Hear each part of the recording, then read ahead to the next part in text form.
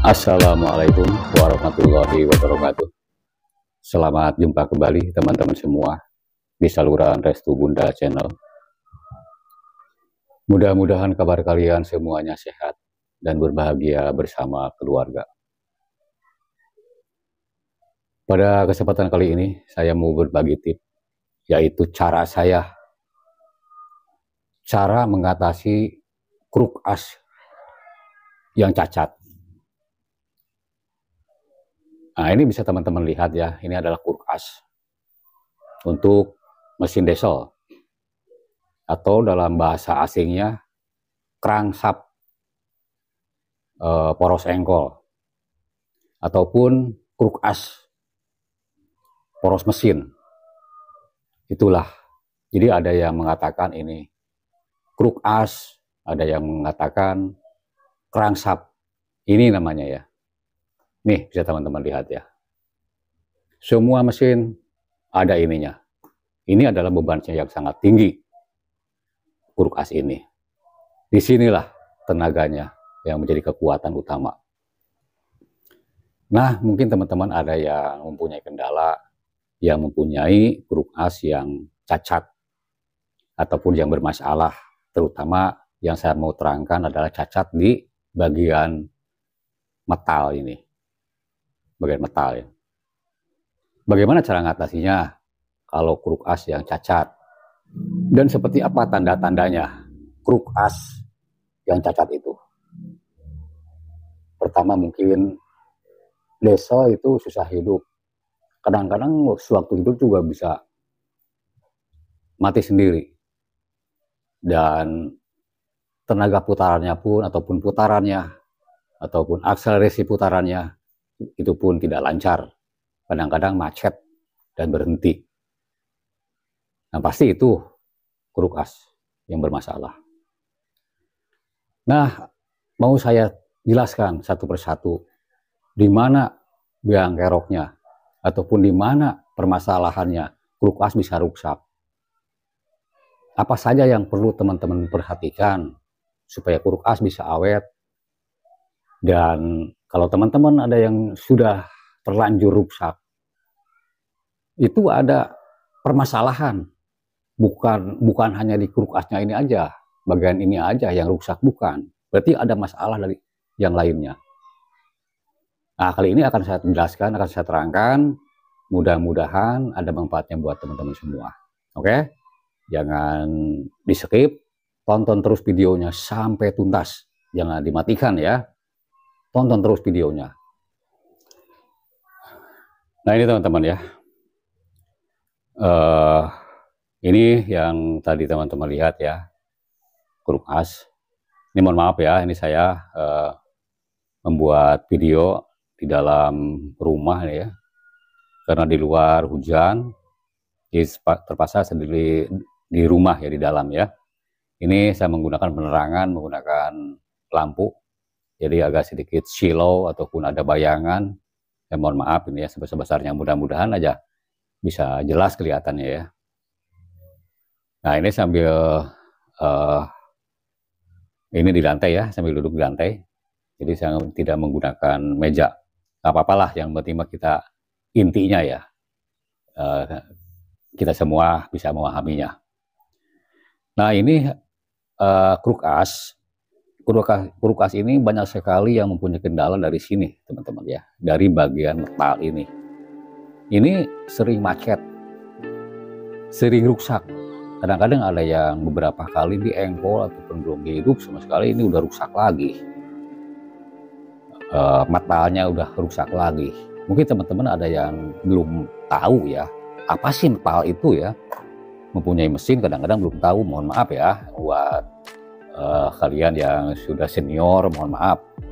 Nah, metal ini saya perlihatkan ya. Ini macam ini metal ya. Ini belum dibuka. Ini metal. Ini disebutnya metal jalan. Ada metal duduk, ada metal jalan. Kalau metal duduk itu yang bulat, itu metal duduk. Kalau ini metal jalan ya. Nah, ini yang adanya di sini. Yang ada di bagian stang ya, stang seher itu, stang piston di sini. Nah, ini adalah metal. lapisan metal yang kena ke sini langsung. Nah ini kadang-kadang si metal ini cepat rusak teman-teman ya. Ada yang 1 bulan udah rusak, ada yang hitungan hari udah rusak, macet lagi. Itu kelihatannya pertama dari mesin itu ya biasanya keluar asap ataupun asap yang cukup kurang bagus lah di bagian pembuangan mesin ya, di pernapasan mesin, bukan di filter, bukan di pernapasan mesin ya. Ada kan di mesin ada lubang itu biasa suka keluar asap.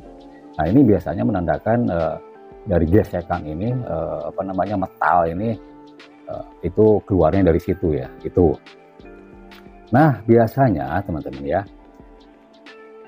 teman-teman maaf ya, sebelum ini teman-teman menentukan wah ini harus diganti metalnya, wah ini harus di overses ini kruk asnya ya. Nah ini teman-teman harus dicari dulu penyebabnya. Di mana sih penyebabnya kruk as itu bisa rusak? Nah itu ya, seharusnya itu tahunan ya, tahunan. Itu tidak rusak-rusak ini si metal itu udah bagiannya ya. Si Jepang itu menciptakan membuat mesin ini, metalnya di sini tuh bertahun-tahun itu harus kuat di sini gitu. Ini misalnya dipakai beberapa jam aja itu rusak lagi, gimana nih, kadang-kadang susah hidup lagi. Nah itu ya, jadi harus dicari kendalanya di mana ya gitu. Nah ini kita sharing aja teman-teman ya, mungkin teman-teman lebih pinter lah gitu. Ini saya bukan menggurui, bukan ya, ini sharing saja, saya berbagi pengalaman, bukan berbagi ilmu, bukan. Saya tuh ilmu hanya cukup sedikit ya, ilmu saya itu. Saya hanya berbagi pengalaman gitu. Nah ini teman-teman ya. Jadi kenapa ini bagian ini ya, bagian metal ini bisa rusak? Bisa rusak ya. Nah, berarti pertama yang paling utama adalah berarti dari perjalanan oli itu tidak lancar. Ada masalah dari oli. Nah itu ya, ada masalah dari oli. Oh bang, saya terus terang, oli saya tuh bagus. Saya katakan bagus itu menandakan bahwa kontrol olinya atau sinyal olinya itu naik dengan bagus, dengan mulus. Oke lah bang, itu oke ya, itu jawaban yang paling unggul. Tapi tetap masih ada kekurangannya ya, masih ada kekurangannya. Walaupun kontrol oli juga normal gitu ya, tetapi ini tetap aja rusak. Nah sekali lagi ya, mungkin buat teman-teman yang belum mengetahui kontrol oli seperti apa sih sinyal oli itu, nah akan saya lihatkan dulu ya. Di sini ada nih, kebetulan di sini ada yang baru nih, belum dipasang nih teman-teman ya.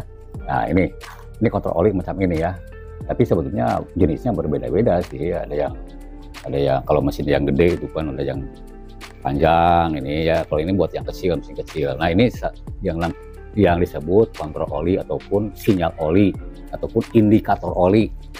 Nah ini kalaupun ini naik ya, yang hijau naik ke atas, berarti oli bagus ya, berarti oli bagus naik. Nah dari kontrol oli kelihatannya bagus. Tadi ada yang mengatakan katanya bagus soalnya kontrol olinya naik terus, tapi tetap ini rusak. Nah berarti perjalanan oli ini tetap ini tidak ini ada kendala ya gitu, ada kendala gitu kan ya. Jadi kalau manusia ya mohon maaf aja, ini berarti ada macam sumbatan dari pembuluh darahnya itu ya. Nah teman-teman harus diperhatikan dari pompa oli dulu ya, dari pompa oli dulu itu stabil tidak gerakannya, dicek aja lah gitu. Biasanya sudah ada goyang sedikit, udah ada longgar gitu ya, itu diganti aja dengan yang baru karena murah lah. Itu kalau nggak salah cuma 30.000 itu ya. Sebenarnya yang namanya pompa oli itu diganti pompa olinya supaya semburan oli itu bagus gitu ya, bagus.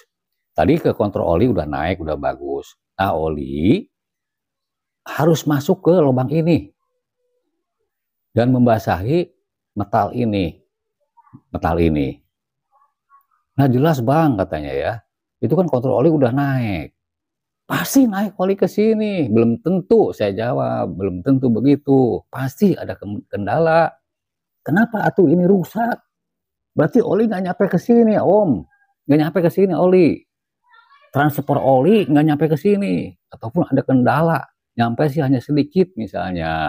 Nah itu. Tetap biang keroknya dari oli. Itu. Makanya dari oli pertama tadi ya harus oli yang bersih, terutama saringannya. Setiap ganti oli saringannya itu harus dicuci pakai solar, dikeringkan. Lebih baik disemprot pakai kompresor, lebih baik lagi. Nah tadi perjalanan oli harus naik, harus masuk ke lubang ini ya teman-teman ya. Lubang ini harus naik. Nah, ke lubang ini ya. Nah dari masuknya ke lubang ini mau di mana? Nah biasanya mau di sini teman-teman ya. Mulai di sini ya, lubang ini dulu masuknya. Dari sini baru ke sini. Nah ini kan berputar, ini ya kan berputar nih lubang nih. Nih teman-teman bisa lihat nggak? Di sini ada lubang ya. Nah, saya perbesar sedikit ya gambarnya. Tuh ini agak gelap nih ya, maaf ya. Nah di sini ada lubang kan, lihat teman-teman lihat. Ini kan berputar. Ini lubang cuma satu. Untuk masuk oli itu lubangnya cuma satu. Ini muter. Dari mana oli? Di transfernya oli ke sini dari mana? Nah, itu di sini ada ring ya. Sebutnya ring pin ya. Ataupun oil pin ya, bukan ring pin. Oil pin ya. Atau cincin oli di sini. Biasanya ini terbuat dari semacam apa namanya? Aluminium, tapi aluminiumnya ya aluminium bagus di sini ya. Ada cincin di sini. Kalau bahasa kitanya itu cincin ya, cincin oli di sini. Itu. Jadi di sini menggelang di sini ya. Nah, dari piringan ini ada piringan di sini kan, ada piringannya. Nah, ini saya lihatin ya. Ini kan ada piringan ya. Nah, ini ya. Nah, ini kan yang ke gendeng itu ya, yang ke gigi gila, ke roda gilanya ini sebelah sini, bagian luar ini. Nah, ini kan masuk ke sini ya. Nah, Bang, masuk begini kan? Nah, masuk begini kan? Nah, si oli itu yang dari pompa itu ya, melalui mesin itu ada saluran.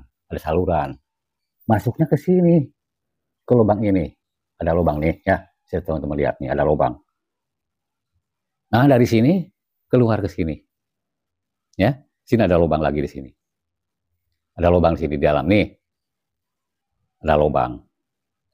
Ini kan berputar. Nah di sini ada cincin ya, cincin. Tadi sebutnya oil pin ya, oil pin. Oil pin macam apa, macam mana ya? Nah ini macam ini ya, ini oil pin. Nah macam ini cincin ya, cincinnya. Ini biasanya berada di sini. Nah, sini ya, posisinya begini biasanya nih. Nah ini. Nah, ini teman-teman ya, ini harus dikontrol, harus dilihat ya. Jangan ini aja diperbaiki ataupun di apa ini ya, diperbaiki, diganti lagi misalnya itu metalnya. Kalau ini nggak dikontrol, celaka, Bang, celaka ya. Ini harus dikontrol. Ini cara ngontrolnya begini ya, maaf ya. Cara ngontrolnya. Ini udah gelap nih, maaf ya. Nih, yang sebelah dipegang, nih ya. Yang ini, digoyang gini. Kelihatan kan? Ini udah ada goyangan begini, Kang. Ini oli bocor ke sini, keluar. Jadi kebanyakan ke sini, oli ke pinggir ke sini. Nah, ini kan muter ya. Nah, ini kulkas kan muter. Muter ini. Nah, si cincin ini diam. Nah, oli itu kan dari sini ya, Bang. Dari sini ya, dari piringan ini. Oli itu dari sini ya, masuk. Nah, di sini ada banyak lubang nih keluar. Nah, nanti yang lubang-lubang ini ya menyemburkan oli baru masuk ke sini ya, ke sini, ke lubang ini ya. Nih, lubang ini tembus nih. Makanya ini kalau memperbaiki ini harus ditiup ini ya. Lubang ini harus ditiup, harus tembus ke sini. Bahkan peniupannya juga kalau bagus lebih bagusnya pakai kompresor lah ini, soalnya di dalam takut ada kotoran ya, ada gram-gram ini bekas besi ya, ataupun kotoran-kotoran yang dari mesin tuh ya, bisa mampet di dalam, itu pun nyumbat di dalam ya. Nah ini kan ada ini apa namanya tadi metal ya, di sini metal. Jadi himpitan metal ini cukup kuat di sini, Bang. Cukup kuat ya di sini. Himpitan metal ini di sini ya, menghimpit di sini. yang diikat sama apa namanya tadi stang seher di sini ya, di sini. Jadi dorongan oli dari sini ke sini harus kuat, harus bisa tembus ke sini oli. Makanya kalau ini ada pembocoran di daerah sini, oli keburu keluar dari sini, dari bawah ini ya, dari bawah ini nih, nah dari sini keburu keluar ke sini. Jadi ke sini lemah ke sini. Kalau kontrol oli oke lah, tadi naik bang, naik ya, karena tertahan sama ini, naik kontrol oli. Cuma ke sini nggak normal, masuknya oli ke sini, nggak normal. Nah ini harus dikontrol. Kalaupun udah goyang begini, digantilah ini murah harganya, cukup murah ini harganya, itu banyak. Dan jangan lupa was di dalam ini ya ada kok ring ya, kok ring.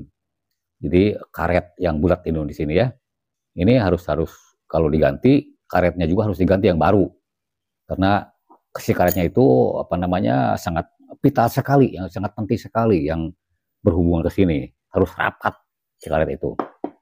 Dan usahakan karetnya yang bagus ya bang ya. Jadi jangan karet jadi harus karet yang tahan panas di sini. Benar-benar karet bagian ini aja lah, bagian ini. Dan usahakan ya teman-temannya kalau beli ini ya, kalau beli ini harus diukur Kang ya. Karena ini berbeda-beda untuk mesin tipe sekian, tipe sekian. Ini kadang-kadang berbeda ini. Bagian kuping ininya berbeda nih. Ini harus diukur ini. Diameternya ya. Diameternya. Kalaupun pakai meteran biasa, penggaris bisa. Ini diameter ininya nih. Harus diukur ini ya. Berapa? Nanti kalau beli itu harus disamain. Kadang-kadang ini si kuping ininya itu lebar. Nggak masuk nanti ke sininya. Ke sini nggak masuk nih. Ke lubang ini. Nggak masuk nanti ke lubang ini. Nah, itu kan harus hati-hati beli ini juga. Maaf ya, ini kotornya sama lap dulu nih. Aduh. Oke, teman-teman ya, kita sambil ngopi aja. Yang teman-teman yang lagi ngopi silahkan ngopi dulu ya, nyantai aja. Itu. Nah, teman-teman sekali lagi ya. Jadi ini harus dilihat ini. Ini harus benar-benar presisi ke sini. Masuk ke sini sempit ya, harus sempit ini. Tapi muter ya. Harus sempit ini, tapi muter. Nah, baru oli itu nendang ke bagian lubang-lubang ini. Nah, itu ya. Itu teman-teman semua ya. Sekali lagi, sering lah ini dikontrol ya, dibuka, dikontrol. Mudah lah, sangat mudah. Walaupun kalian bukan teknisi khusus, nanti lihat video-video saya, cara membukanya, cara memasangnya. Banyak video-video saya di ini ya. Tonton terus video-video saya cari ya. Itu banyak cara memasang ini, cara memilih ini, gitu, bagaimana cara memasukinnya, banyak ya. Nah itu teman-teman semua ya.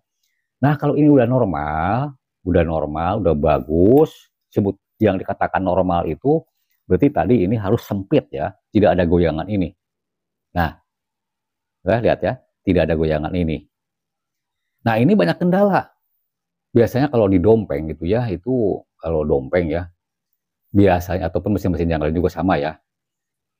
Kalau pembocoran oli begini biasanya kalau pagi-pagi itu oli masih dingin, biasanya kontrol oli itu bagus ya. Wah naik pokoknya normal kontrol oli itu. Nanti udah lama-lama olinya udah panas, biasanya oli itu menurun, kontrol oli itu menurun ya, setengahnya misalnya atau seberapanya ya, tapi tidak turun drastis ke bawah, tidak, hanya menurun pompanya itu. Kadang-kadang kalau dompeng itu kalau ditekan itu pagi-pagi itu ditekan kuat misalnya itu ya, si kontrolnya itu dibuka kacanya itu ya, dikontrol ditekan, biasanya ditekan itu kuat. Nah kalau udah siang misalnya udah masih apa, kalau sudah terkendala ini ya, kalau udah siang dia tuh lemah, semburan oli itu lemah. Kalau kontrolnya olinya juga kalau ditekannya sama jari kita itu biasanya suka turun gitu ya, tapi naik lagi, cuman nggak kuat gitu. Nah itu menandakannya begini Kang ya.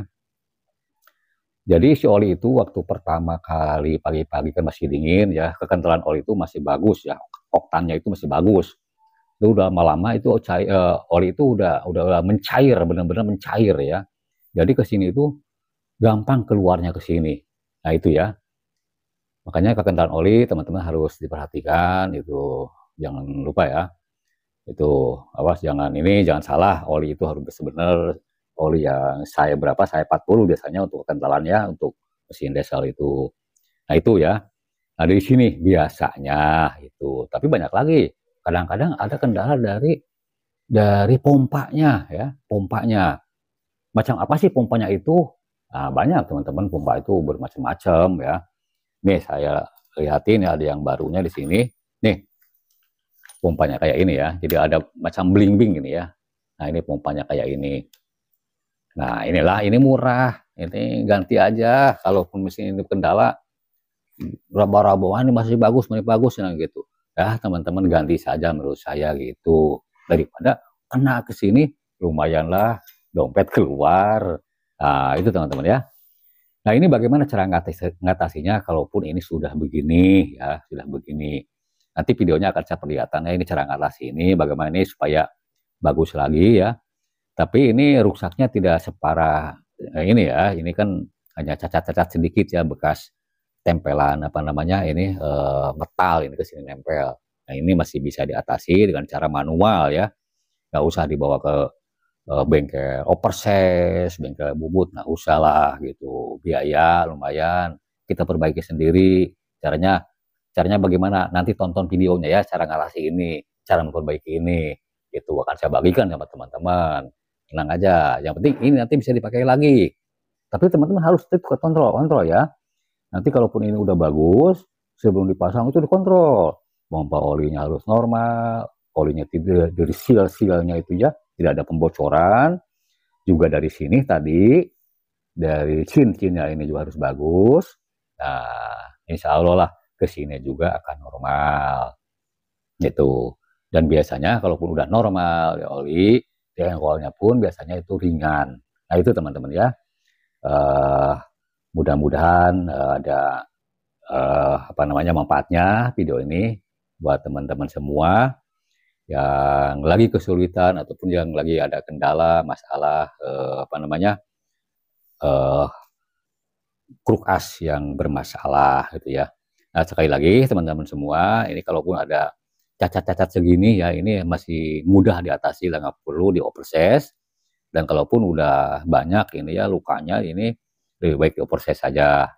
Nah ini nanti kalaupun ini dihaluskan, bagaimana cara menghaluskannya, nanti akan saya perlihatkan. Dan setelah halus, nanti pemasangan ini apa namanya metalnya itu nanti tetap akan ada longgar nanti ya, karena kan ini dihaluskan.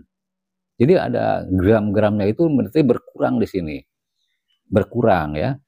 Nah itu nanti dipasang lagi apa namanya metal yang standar, tapi itu akan ada goyangan, itu jangan sampai goyang.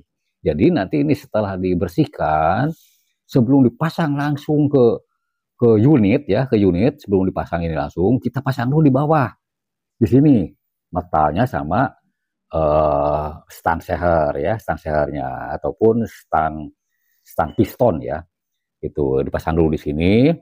Nah itu jangan sampai ada goyangan, harus benar-benar bagus. Karena ini kan tadi dihaluskan, setelah dihaluskan dipasang lagi metal yang baru tapi yang standar ya. Nah tentu sekali lagi ya, tentu akan ada kelonggaran ya, walaupun apa namanya sekertas mungkin itu ya, longgarnya mungkin pasti ada kelonggaran. Itu harus jangan longgar, itu jangan sampai longgar begitu, harus benar-benar ini presisi, tidak ada longgar sedikit pun nanti ya. Nah itu nanti saya perlihatkan sama teman-teman semua ya, cara pemasangannya setelah ini dihaluskan bagaimana. Dan nanti tonton video saya ya, ini cara mengatasi ini nanti bagaimana ya. Kita sama-sama aja. Dan mungkin itu yang bisa saya sampaikan video kali ini. Mudah-mudahan ada manfaatnya buat teman-teman semua. Silakan ambil yang baiknya dan buang yang jeleknya.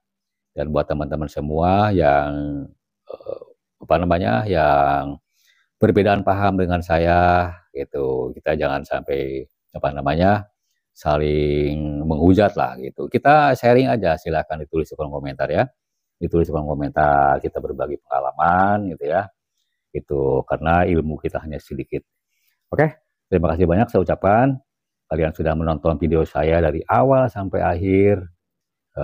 Salam buat keluarga, salam sukses, usahanya semoga berkah selalu dan sepanjang umur. Wabillahi taufiq wal hidayah. Wassalamualaikum warahmatullahi wabarakatuh.